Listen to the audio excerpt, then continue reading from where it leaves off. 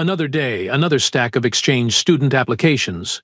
Administrator Klix Mar of the Galactic University settled into his ergonomic hover chair, tentacles wrapped around his morning stimulant beverage.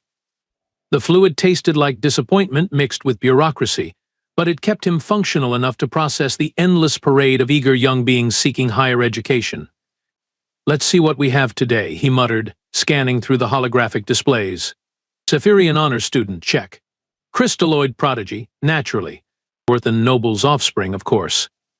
The applications blurred together in a symphony of predictable excellence and family connections. Then he saw it. Species, human. Planet of origin, Earth. Sol system, outer rim. Klix Mar paused, his secondary eyes focusing on the unfamiliar designation. Earth? He cross-referenced the galactic database, and his morning beverage suddenly tasted even worse. "Oh, you have got to be kidding me." The planetary profile loaded with all the enthusiasm of a funeral march. Climate, variable and hostile. Gravity, 1.2 times galactic standard. Atmospheric composition, highly oxidizing. Natural disasters, frequent and creative. Dominant species, apparently determined to prove survival of the fittest through sheer stubborn refusal to die. But it was the historical records that made Klix Mar's tentacles curl in disbelief. War count, 7,400, and 32 major conflicts in the last 5,000 years, he read aloud, his voice climbing an octave. That's more than one war per year. How is that even mathematically possible? He scrolled through the timeline, watching conflicts flash by like a demented slideshow. World War I, World War II, Napoleonic Wars, 100 Years' War, 30 Years' War, Cold War. The list continued with the relentless persistence of a cosmic joke. They named a war after being cold? What's next? The Great Sandwich Conflict. The database helpfully provided casualty figures that made Klix Mar's chromatophores shift to a sickly green hue. 60 million dead in one war alone. And they called it the Good War? What in the 17 hells do they call the bad ones? He leaned back, processing this information with the growing horror of someone who had just realized they were sharing an elevator with a known explosive. No species survives this level of self-destruction. It's biologically impossible. The psychological trauma alone should have rendered them extinct eons ago. Yet here was an application from one Maya Thompson, age 19, requesting admission to the xenobiology program. Her academic records were surprisingly normal, her recommendation letters glowing, and her personal statements spoke of wanting to learn about different life forms and maybe figure out why everyone seems so fragile compared to humans. Everyone seems so fragile compared to humans. Klix Mar read that line 3 times, each reading making his auxiliary heart skip a beat. The casual arrogance of it was breathtaking.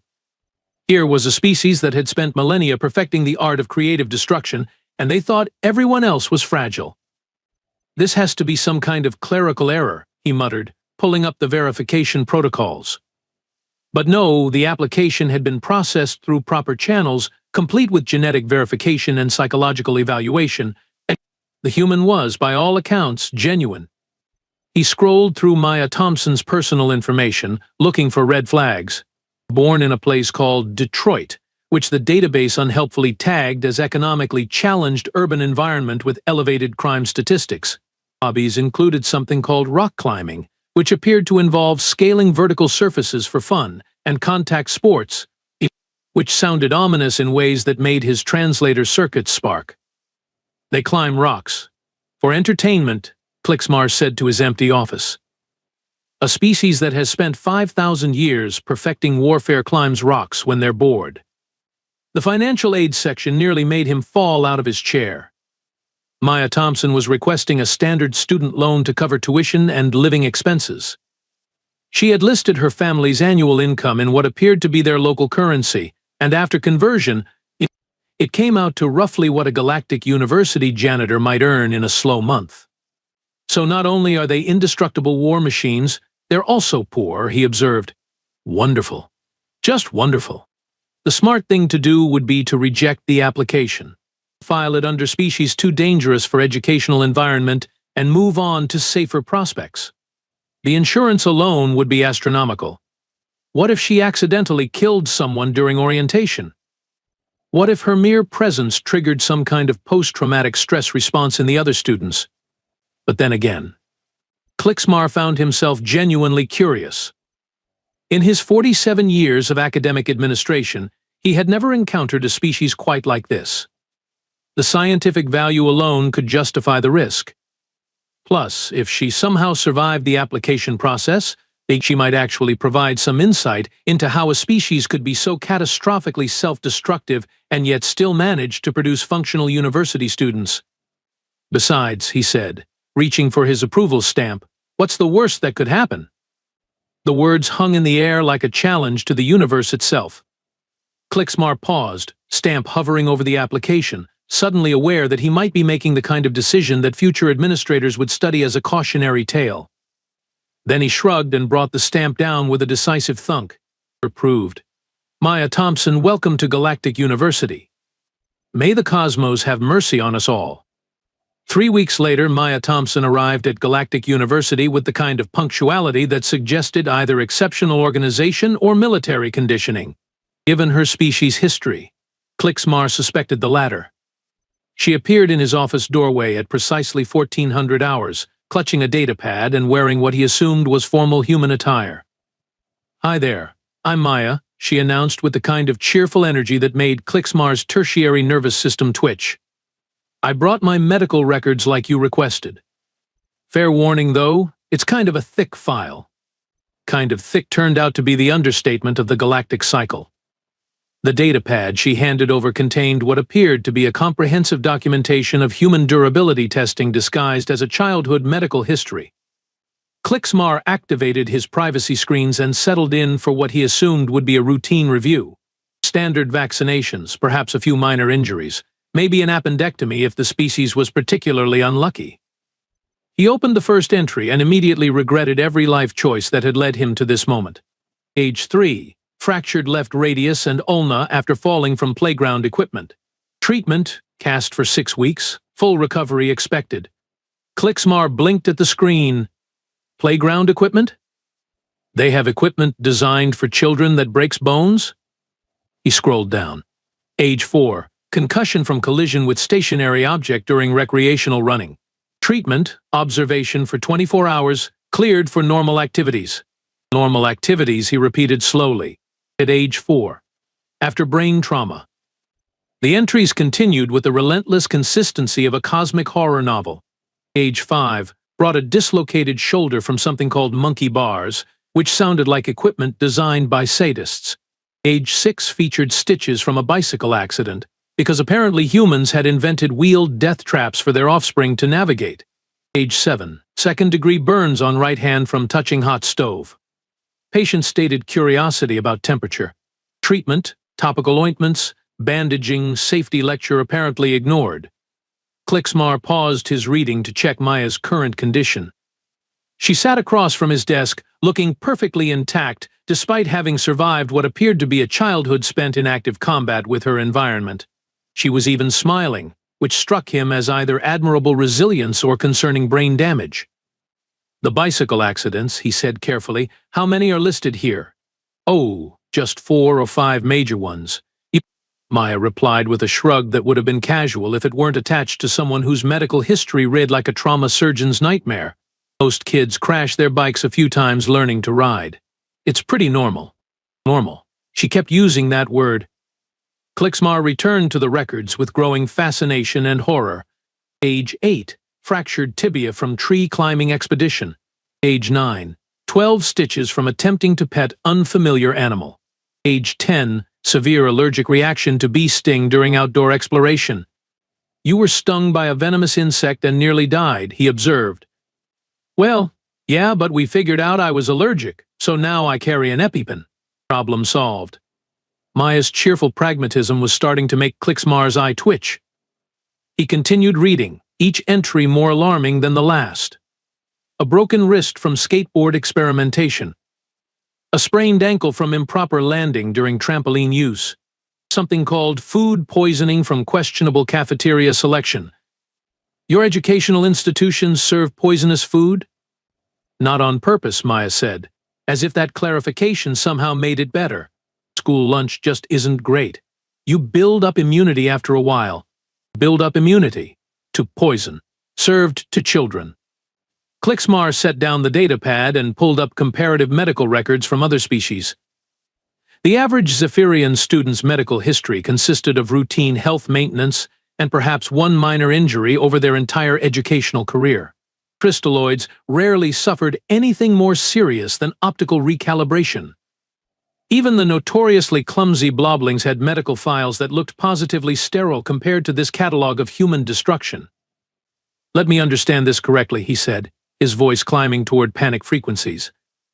"You have personally survived multiple bone fractures, head trauma, burns, poisoning, allergic reactions, and what appears to be active combat with your planet's wildlife. And you consider this normal?" "Pretty standard, yeah. I mean, I never broke anything really serious like my spine or skull. And I've never needed surgery, which is lucky. My cousin Jake had his appendix out when he was 12, and my friend Tyler got hit by a car when we were 15. But he only needed physical therapy for like 6 months. Hit by a car. Physical therapy for 6 months. Only." Klixmar's chromatophores were cycling through colors that didn't have names in any known language. He pulled up the university's insurance documentation, cross-referencing human durability with liability coverage. The numbers that appeared on his screen made him wonder if early retirement was still an option. "The insurance company is going to have questions," he said weakly. "About what?" "What?" "About everything. About the fact that your species considers traumatic brain injury a minor inconvenience. About the casual acceptance of broken bones as childhood milestones. About the way you seem to actively seek out dangerous situations for entertainment purposes." Maya tilted her head, genuinely confused.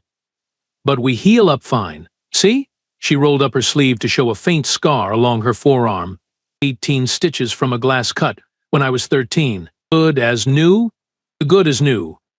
After 18 stitches. Klixmar realized he was hyperventilating, which was impressive considering his species didn't technically breathe. "Maya, do you understand that most species in the galaxy would consider a single broken bone a life-altering traumatic event? The ethereals file insurance claims for emotional distress if they stub their energy projections. The mollusk collective requires 3 weeks of recovery time for minor shell scratches."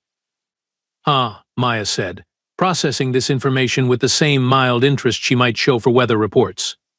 "That seems kind of fragile." "Fragile. There was that word again?" "We prefer sensibly cautious," Klixmar corrected, though his conviction was wavering.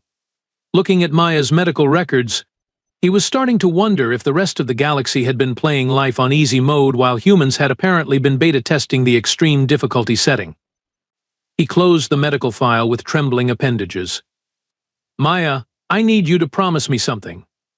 While you're here at Galactic University, please try to avoid any activities that might result in documentation." "You mean like getting hurt?" "I mean like existing in your apparently natural state of barely controlled catastrophe." Maya grinned, and Klixmar realized with growing dread that she thought he was joking. The first incident report arrived on Klixmar's desk at 0700 hours on Maya's 3rd day of classes. He stared at the emergency notification with the weary resignation of someone who had seen this particular disaster coming from several star systems away. Student Maya Thompson consumed Level 7 Spice Challenge meal at Central Cafeteria. Medical response team dispatched. 3 Zephyrian witnesses hospitalized for shock. 1 crystalloid required optical shielding after observing human subject's reaction. Human subject requested seconds. Klixmar rubbed his primary temples and activated his communication device. "Get me cafeteria manager Blipnex. Now." The hologram that materialized looked like it had aged several cycles in the past 72 hours. Blipnex's usually pristine scales were dulled with stress, and his feeding tentacles twitched with barely contained anxiety. "Administrator Klixmar, I can explain everything." Blipnex began before dissolving into rapid-fire panic speech. "The human approached our specialty food station, you know, the one with the warning signs in 17 languages?" She pointed at the thermal death pasta, the dish we created as a theoretical exercise in extreme cuisine, never meant for actual consumption, and she said, and I quote, "That looks tasty. Can I get extra sauce?" "Extra sauce," Klicksmar repeated flatly. "Extra sauce." I tried to warn her, showed her the safety protocols, the liability waivers, the medical emergency procedures. She laughed, administrator. She laughed, and signed everything without reading it. Klicksmar pulled up the cafeteria's security footage, watching Maya approach the food station with the casual confidence of someone who had never met a meal that could fight back. The thermal death pasta sat under multiple warning signs, enclosed in a containment field that registered temperatures hot enough to melt most known metals. She ate the entire portion in under 5 minutes. Blipnex continued, his voice rising to frequencies that made nearby equipment whine. The Zephyrians at the next table started convulsing just from watching. We had to evacuate a 12-meter radius. She asked if we had any milk to cool down her mouth, then settled for ice water when we explained that milk wasn't compatible with her biology. The footage showed Maya calmly finishing her meal while emergency crews established a perimeter around her table. She appeared to be enjoying herself, occasionally pausing to wave at the growing crowd of horrified onlookers. Did she show any signs of distress? Klicksmar asked, though he suspected he already knew the answer. She complimented the chef and asked about the recipe. Said it reminded her of her grandmother's cooking, except not quite as spicy. Not quite as spicy. Klicksmar made a mental note to investigate human grandmothers as potential weapons of mass destruction. The second incident report arrived before he could finish processing the first one. This time it was from the recreation complex, where Maya had apparently discovered the gravity adjustment chambers. The facility was designed to help students from different worlds acclimate to galactic standard gravity, with settings ranging from 0.1 to 2.0 times standard. Maya had set it to maximum and started doing something called jumping jacks.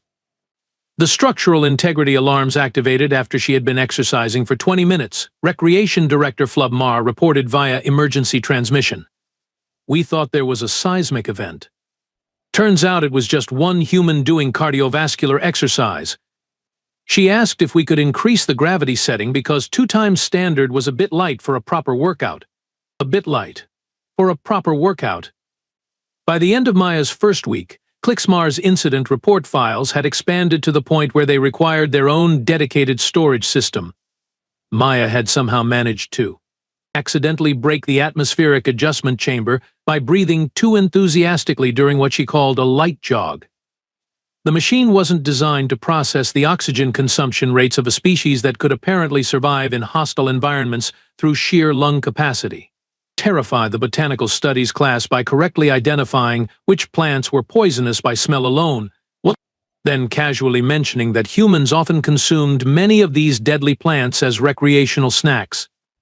3 students required counseling after she ate what they considered a lethal dose of what humans apparently called hot peppers. Cause a campus-wide alert during basic safety protocols when she volunteered to demonstrate proper response to toxic gas exposure. The professor had released a harmless but foul-smelling compound designed to trigger evacuation instincts. Maya sniffed it and commented that it wasn't as bad as New Jersey. The final straw came during interspecies cultural exchange week. Maya had been paired with Quiblet, a gentle mollusk who specialized in conflict resolution through interpretive dance. The assignment was simple: share a traditional food from your homeworld. Maya brought something called ghost pepper salsa and homemade tortilla chips. Quiblet spent 3 days in the medical wing after one microscopic taste. The medical staff had to develop entirely new treatment protocols for what they were calling human food exposure syndrome. Maya, meanwhile, finished the entire container while visiting Quiblet in the hospital, apologizing profusely for bringing the mild stuff. Administrator, Maya said, appearing in his office doorway with the punctuality that had become both reassuring and terrifying. I think there might be some kind of mix-up with the difficulty settings here. Klicksmar looked up from his incident reports, noting absently that his stress indicators had achieved colors previously thought to be theoretical. Difficulty settings? Everything seems really easy. The gravity's light, the food's bland, the exercise equipment can't handle basic human activity levels. It's like this place was designed for. She paused, searching for the right words. Sensible beings who prefer to survive their educational experience? Klixmar suggested. I was going to say beings made of tissue paper, but sure, that works too. Klixmar stared at her, this cheerful agent of chaos who had managed to terrorize an entire university simply by existing at her normal operational parameters. Maya, has it occurred to you that perhaps humans are the unusual ones in this scenario? She considered this for a moment. Nah, that doesn't make sense. We're perfectly normal. Everyone else is just really, really fragile. And there it was again. That word that was starting to haunt Klixmar's dreams.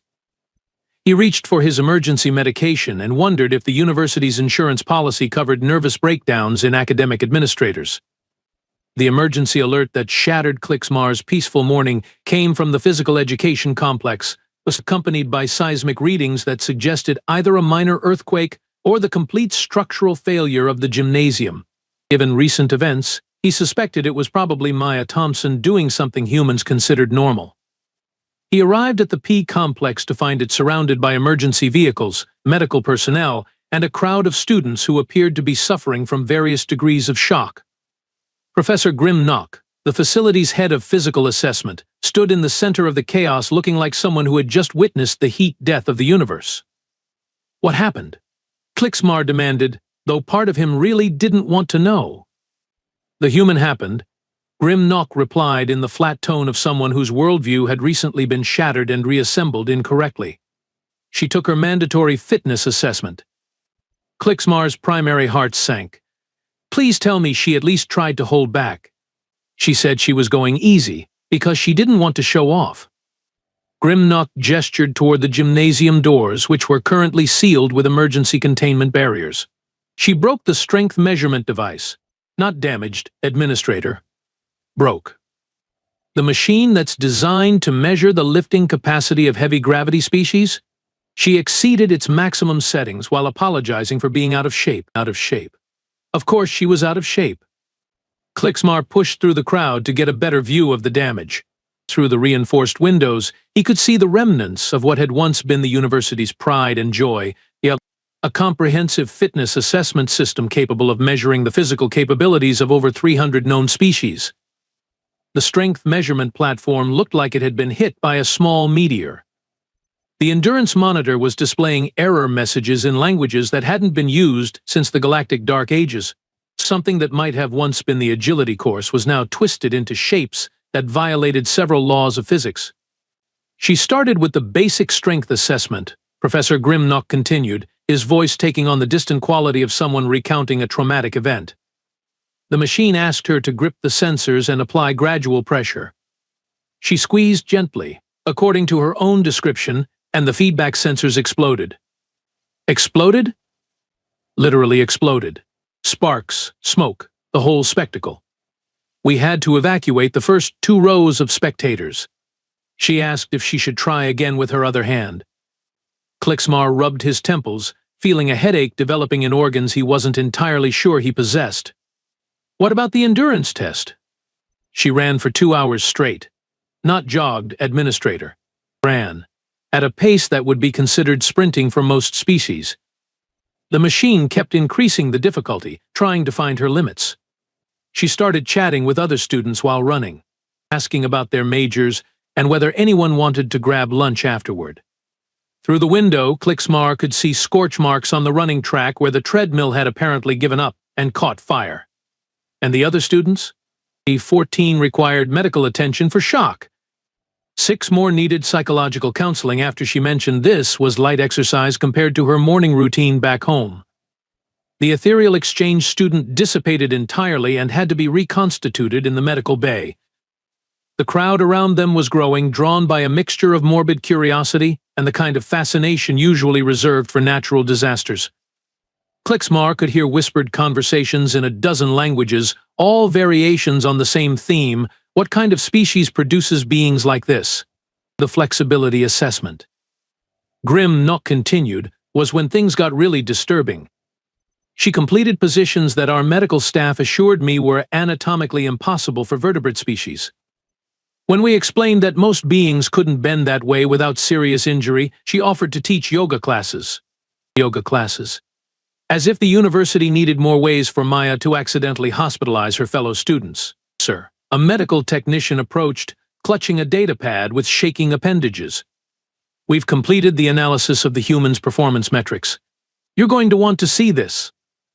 Klixmar accepted the pad and immediately wished he hadn't. The numbers displayed were beyond anything in the university's records. Strength measurements that exceeded those of heavy gravity species. Endurance ratings that surpassed desert survival specialists. Reaction times that made the university's combat training instructors look sluggish.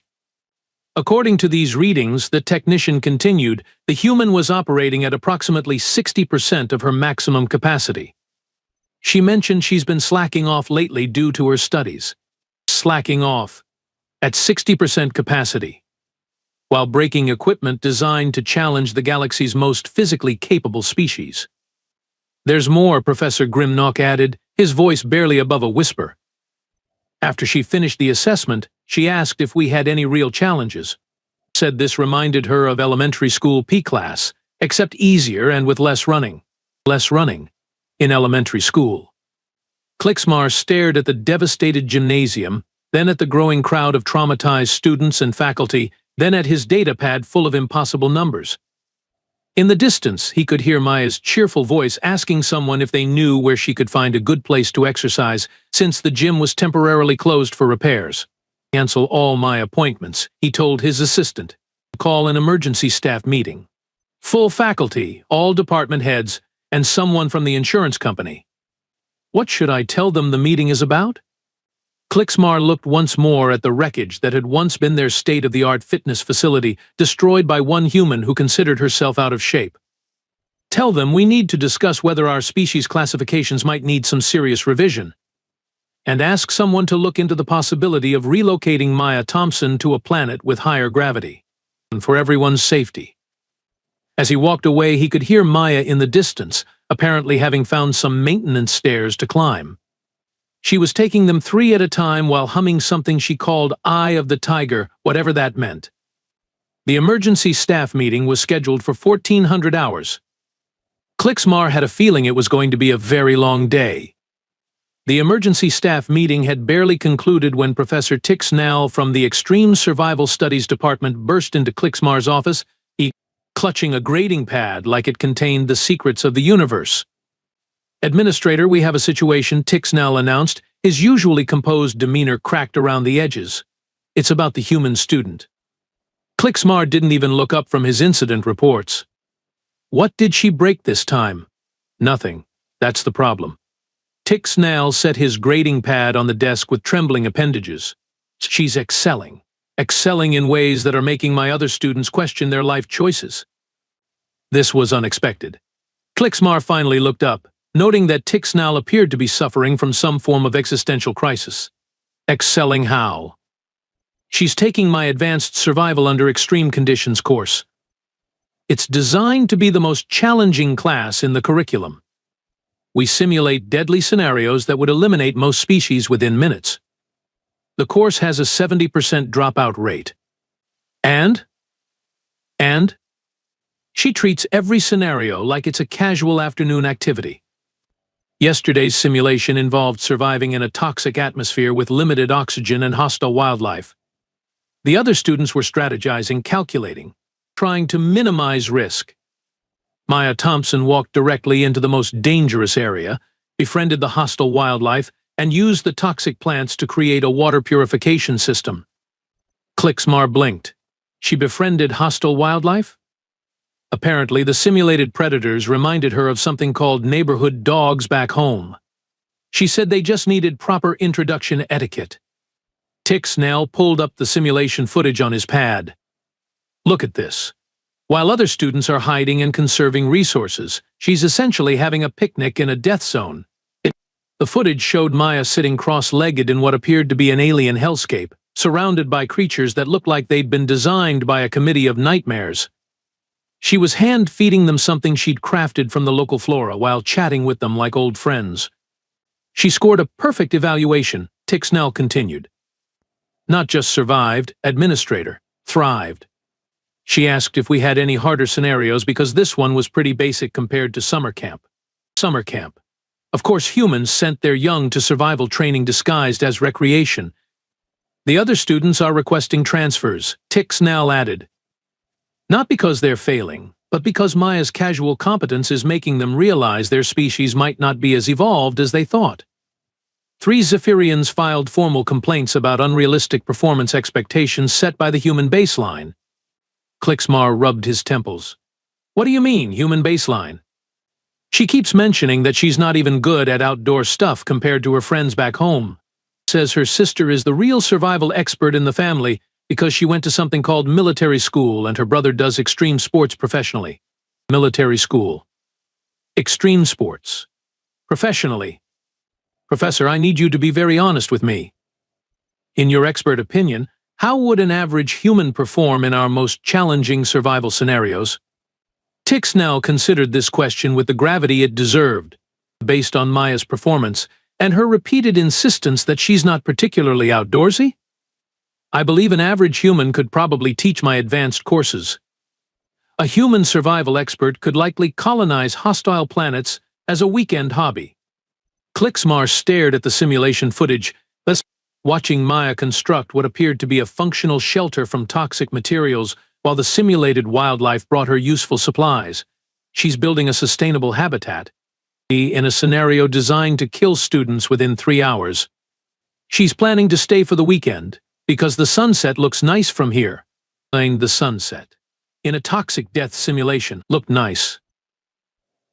The worst part, Tixnell continued, is that she started offering helpful tips to other students. Practical advice like just grab the dangerous animals behind their neck things and most poisonous stuff tastes bitter. So avoid anything that doesn't. Yesterday, she prevented a crystalloid from making a fatal mistake by casually mentioning that the glowing mushrooms are probably radioactive, just like back home. Just like back home, where glowing mushrooms were apparently a casual environmental hazard. Professor, I need you to do something for me, Klixmar said, feeling the weight of administrative responsibility settling on his shoulders like a collapsing star. I need you to design a scenario that would actually challenge Maya Thompson, something that would make her work for it. Tixnell's chromatophores shifted to a worried purple. Administrator, with respect, I don't think that's possible within the university's safety parameters. Based on her performance metrics, a scenario that would challenge her might accidentally kill everyone else in the building. Then what do you suggest? Maybe we could ask her to teach a basic survival course. Call it survival skills for extremely fragile species or something that won't hurt her feelings. Klixmar looked at his calendar, noting with growing dread that Maya still had 3 more years of university ahead of her. Professor Tixnell, I think we need to have a very serious conversation about whether our academic standards are appropriate for a species that considers military training a normal childhood experience. Already ahead of you, Administrator. I'm redesigning the entire curriculum. New working title, How to Not Die Immediately, a Non-Human Perspective. Later that evening, Klixmar sat alone in his office, surrounded by incident reports, insurance claims, and what appeared to be a formal request from the engineering department to study Maya's bone density for structural inspiration. The day's events had given him time to think, which was proving to be a dangerous activity. He pulled up Maya's homeworld data again, but this time he looked beyond the war statistics. He examined the environmental factors, the evolutionary pressures, the sheer hostile creativity of a planet that seemed determined to eliminate its dominant species through every method imaginable. Natural disasters that would sterilize most worlds were apparently weather on Earth. Predators that could hunt galactic apex species were wildlife. Diseases that could devastate star systems were childhood illnesses that humans developed immunity to through exposure. And then there were the wars. 7,000 years of constant conflict, each one a brutal selection pressure that eliminated anyone who wasn't adaptable enough, tough enough, or clever enough to survive. Generation after generation of humans who lived through scenarios that would make his survival simulations look like recreational activities. They're not just durable, he said aloud to his empty office. They're the end result of the galaxy's most comprehensive stress testing program. Every human wasn't just a survivor. They were the descendant of countless survivors, each one vetted by circumstances that would eliminate entire alien species. Maya Thompson wasn't an anomaly. She was exactly what you'd expect from a species that had spent millennia turning warfare into an art form and treating planetary catastrophes as background noise. The realization was both terrifying and oddly inspiring. Humans weren't tough because they were trying to be tough.